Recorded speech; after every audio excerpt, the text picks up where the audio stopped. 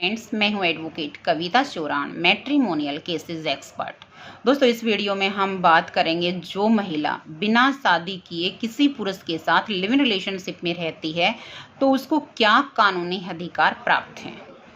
दोस्तों, जो महिला बिना शादी किए किसी पुरुष के साथ लिव इन रिलेशनशिप में रहती है उसको कभी पत्नी का दर्जा नहीं मिलता, यानी वो महिला उस पुरुष की पत्नी नहीं हो सकती। उदाहरण के तौर पर जैसे पुराने ज़माने में जाती हूँ मैं, पुराने ज़माने में राजा महाराजा हुआ करते थे। उसकी एक रानी थी जिसको कानूनी दर्जा प्राप्त था और उसके बाद वो बहुत सारी औरतों को अपने पास रखते थे जिसे दासी कहा जाता था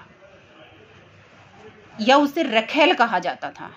तो वही दर्जा लिव इन रिलेशनशिप में रहने वाली महिला को प्राप्त है। कानून में लिव इन रिलेशनशिप में रहने वाली महिला को कोई कानूनी दर्जा प्राप्त नहीं है। अब सेकंड आता है प्रॉपर्टी में राइट। अगर कोई महिला किसी शादीशुदा व्यक्ति के साथ लिव इन रिलेशनशिप में रहती है और उस व्यक्ति ने अपने पहले वाली वाइफ को तलाक नहीं दिया है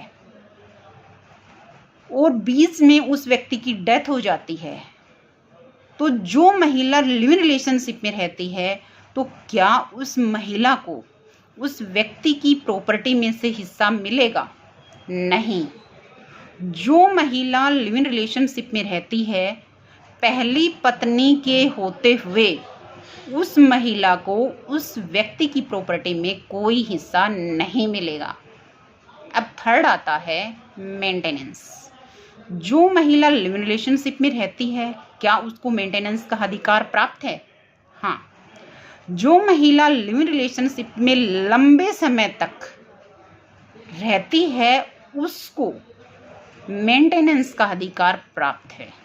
वो मेंटेनेंस का अधिकार बीएनएसएस में नहीं है, वो मेंटेनेंस का अधिकार सिर्फ डीवी एक्ट में है। डीवी एक्ट में मेंटेनेंस के लिए पत्नी होना जरूरी नहीं है।